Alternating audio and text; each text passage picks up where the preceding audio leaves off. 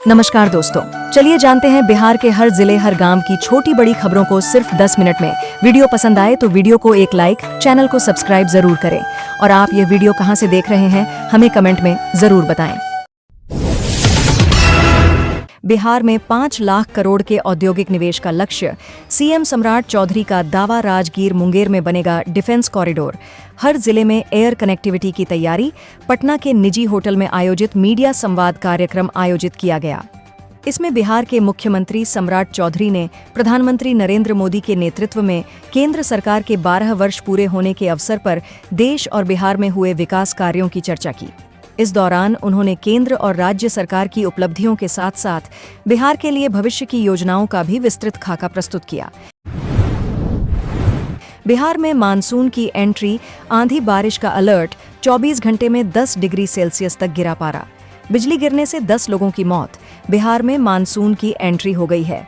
मौसम विज्ञान केंद्र के अनुसार किशनगंज, अररिया, सुपौल, पूर्णिया, कटिहार और मधुबनी में मानसून पहुंच चुका है। 72 घंटे के अंदर पूरे बिहार में मानसून एक्टिव हो जाएगा।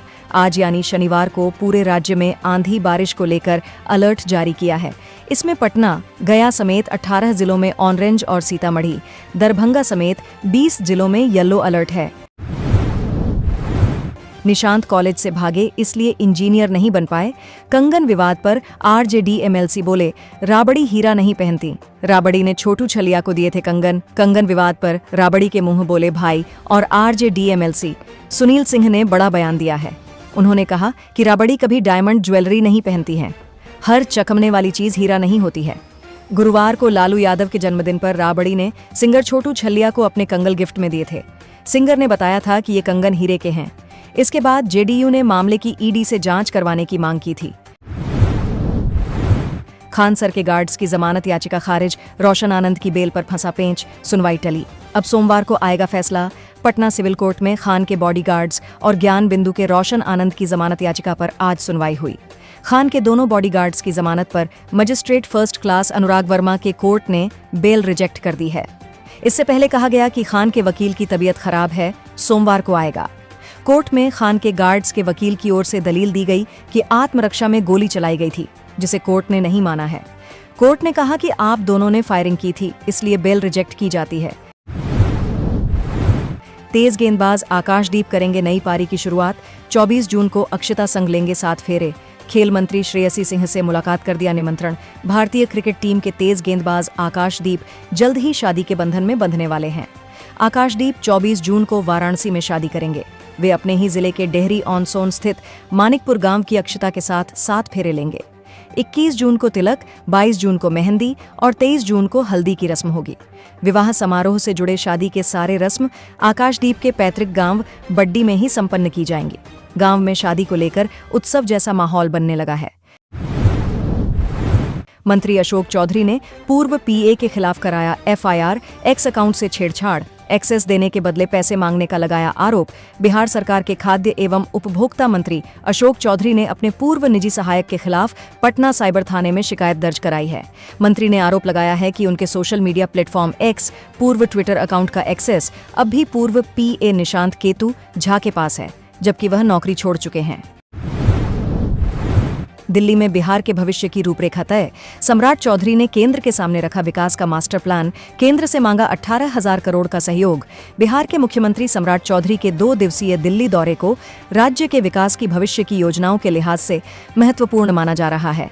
इस दौरान मुख्यमंत्री ने जहां भाजपा के शीर्ष नेताओं से मुलाकात कर संगठनात्मक मुद्दों पर चर्चा की, वहीं प्रधानमंत्री के साथ बैठक में बिहार के विकास मॉडल और भविष्य की रणनीति को साझा किया।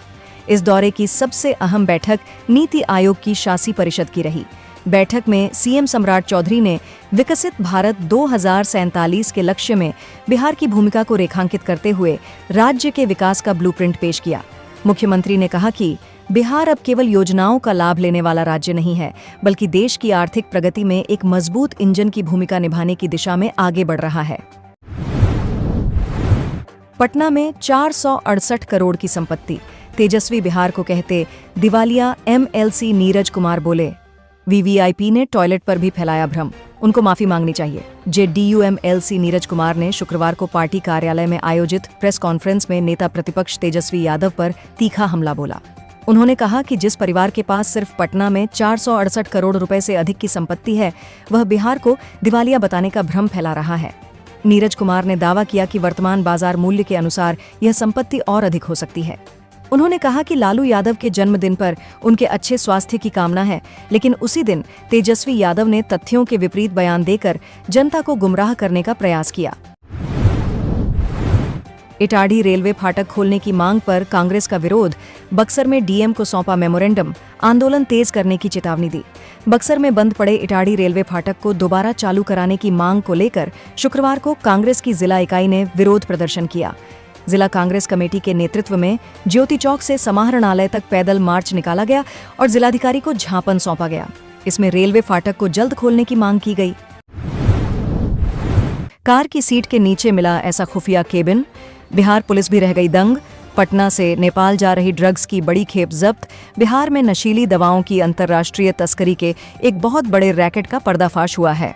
मुजफ्फरपुर के सदर थाने की पुलिस ने एक खुफिया सूचना के आधार पर हाजीपुर बाईपास पर घेराबंदी करके पटना से नेपाल जा रही एक लग्जरी कार को रोका।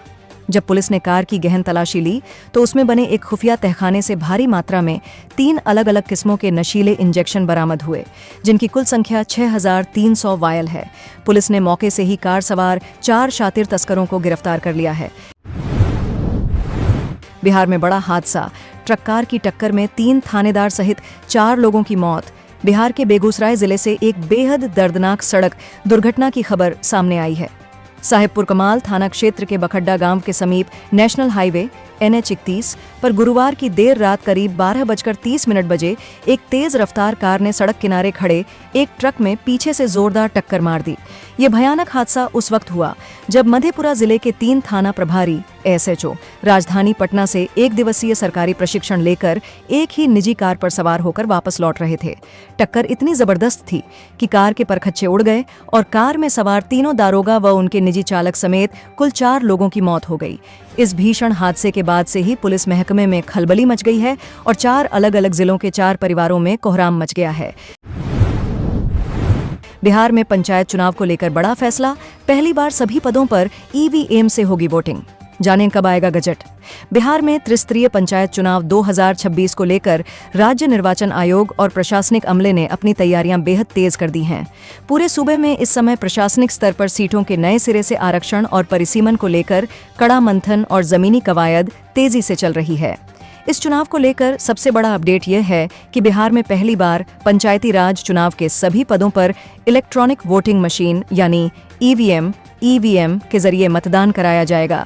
इसी के साथ बिहार पूरे देश का ऐसा 5वां राज्य बनने जा रहा है जहां निचले स्तर के पंचायत चुनावों में भी 100% EVM का इस्तेमाल किया जाएगा। वर्तमान में आयोग को EVM आपूर्ति का इंतजार है, जिसके बाद जमीनी चेकिंग शुरू होगी। बीवी का था अफेयर, पति ने आशिक की गर्दन काट दी। बिहार में प्रेम प्रसंग में फोटोग्राफर की हत्या। बिहार के कटिहार में प्रेम प्रसंग के विवाद में एक युवक की गला रेतकर निर्मम हत्या कर दी गई। मृतक की पहचान छोहार गांव निवासी मनीष कुमार के रूप में हुई है। वह शादी विवाह में फोटोग्राफी/वीडियोग्राफी का काम करता था। पिता के बयान पर FIR दर्ज कर पुलिस छानबीन में जुट गई है। घटना फलका थाना क्षेत्र के छोहार पंचायत के मोहजान गांव स्थित बभनी बहियार बुधवार की देर रात है। DSP सुनील कुमार शर्मा ने कहा है कि पुलिस जल्द ही कांड का उद्भेदन कर आरोपियों को सलाखों के पीछे भेज देगी। घटना के बाद परिवार का रो रो कर बुरा हाल है और गांव में मातम पसरा हुआ है। क्रिकेटर आकाशदीप की नई पारी, बनारस में अक्षता संग लेंगे 7 फेरे। खेल मंत्री श्रेयसी सिंह को न्योता दिया। बिहार के सासाराम के लाल और भारतीय क्रिकेट टीम के तेज गेंदबाज आकाशदीप जल्द ही अपने जीवन की नई पारी शुरू करने जा रहे हैं। मैदान पर अपनी तेज रफ्तार गेंदबाजी से पहचान बनाने वाले आकाशदीप 24 जून को वाराणसी में अक्षता के साथ विवाह बंधन में बंधेंगे। विवाह समारोह पारंपरिक रीति रिवाजों के साथ संपन्न होगा। तिलक इसी महीने 21 जून को है। सासाराम के बद्दी निशान नगर में तिलक की रस्म अदा की जाएगी। वहीं 22 जून को मेहंदी और 23 जून को हल्दी है। क्रिकेटर ने राज्य के खेल मंत्री श्रेयसी सिंह को भी शादी में शामिल होने का निमंत्रण दिया है। बिहार में चलती ट्रेन में खूनी खेल, लूटपाट का विरोध करने पर बदमाशों ने इंजीनियर के सीने में दाग दी गोली। बिहार के खगड़िया जिले से एक बेहद चौंकाने वाली वारदात सामने आई है। यहाँ मानसी सहरसा रेलखंड पर गुरुवार की देर शाम बदमाशों ने चलती ट्रेन में लूटपाट का विरोध करने पर एक यात्री को सीधे सीने में गोली मार दी।